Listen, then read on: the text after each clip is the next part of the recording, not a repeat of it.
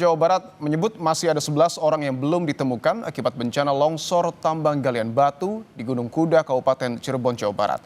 Sementara jumlah korban tewas 14 orang.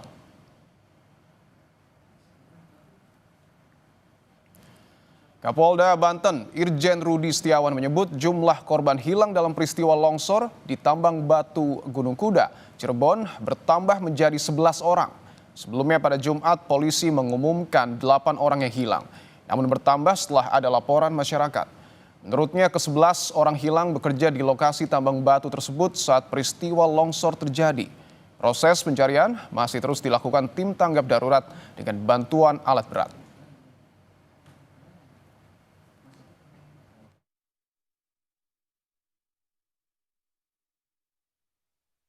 Berdasarkan laporan dari masyarakat, ada 11 masyarakat lagi yang belum kembali.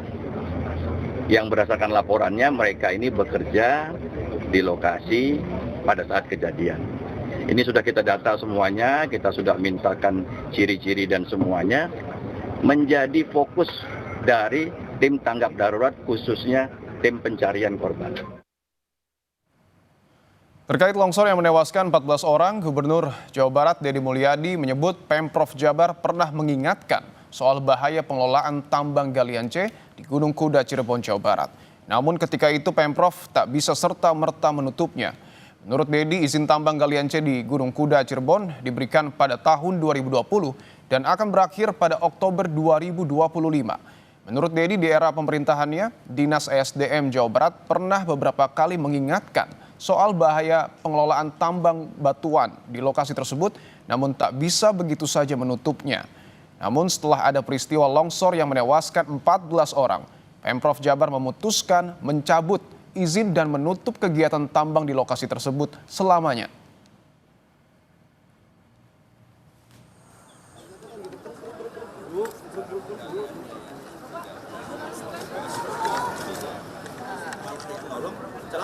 Yang kayak itu, yang kayak anggota Polsek Tasik. Ini kan tahun 2020. Tahun 2020 berakhir bulan Oktober tahun 2025. Jadi moratorium dilakukan ketika melihat perizinan. Jadi izin yang habis tidak kita perpanjang. Jadi ini izin habisnya bulan Oktober. Tetapi karena ini peristiwanya terjadi saat ini dan Dinas SDM Provinsi sudah beberapa kali memberikan surat peringatan tentang bahaya pengelolaan tambang ini.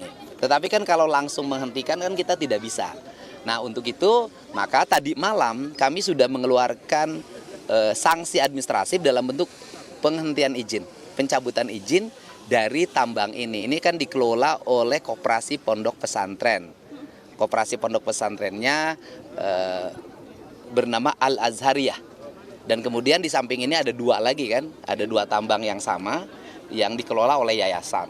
Jadi 3-tiganya sudah kami tutup tadi malam.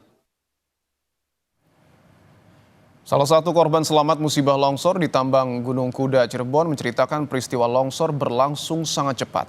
Material batuan jatuh dari ketinggian 50 meter ambruk dan menimbun mobil, truk, dan orang yang berada di lokasi. Junanta yang bekerja sebagai operator alat berat menderita sejumlah luka lecet akibat peristiwa longsor di tambang Gunung Kuda, Cirebon.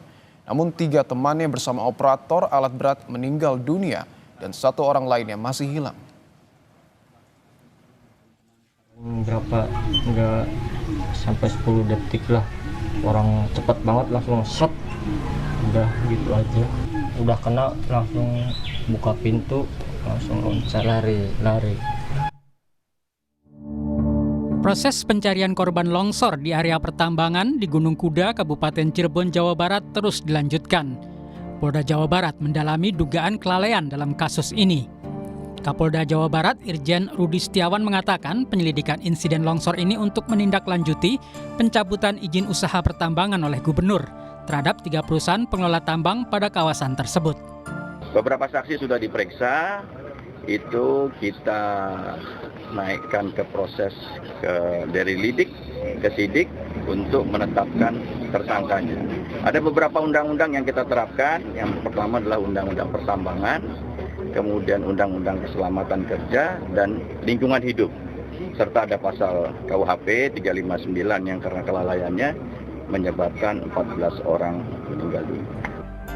Sementara itu sejumlah keluarga mendatangi lokasi longsor untuk mengetahui nasib sanak saudara yang menjadi korban. Salah satunya keluarga Muniah. Pihak keluarga mengaku sudah tidak bisa lagi menghubungi Muniah pasca kejadian itu. Menurut keluarga, korban biasa berjualan minuman di lokasi tambang. Berkeliling di daerah tambang ini. Tapi nggak tiap hari, tapi 1 minggu 2 kali. Sudah berapa tahun sih Pak Muniah? Jualan udah ada sekitar 5 tahun lebih. 5 tahun. Sesuai PP nomor 23 tahun 2010 disebutkan pemberian izin usaha pertambangan eksplorasi batuan untuk lintas provinsi izinnya dari Menteri SDM. Jika pertambangan itu lintas kabupaten, maka izin diberikan oleh gubernur. Dan jika hanya dalam satu kabupaten, maka izin dari bupati, wali kota. Aparat keamanan harus menyelidiki kasus ini hingga tuntas, termasuk soal izin tambang, agar kasus serupa jangan terulang lagi. Tim Liputan Kompas TV.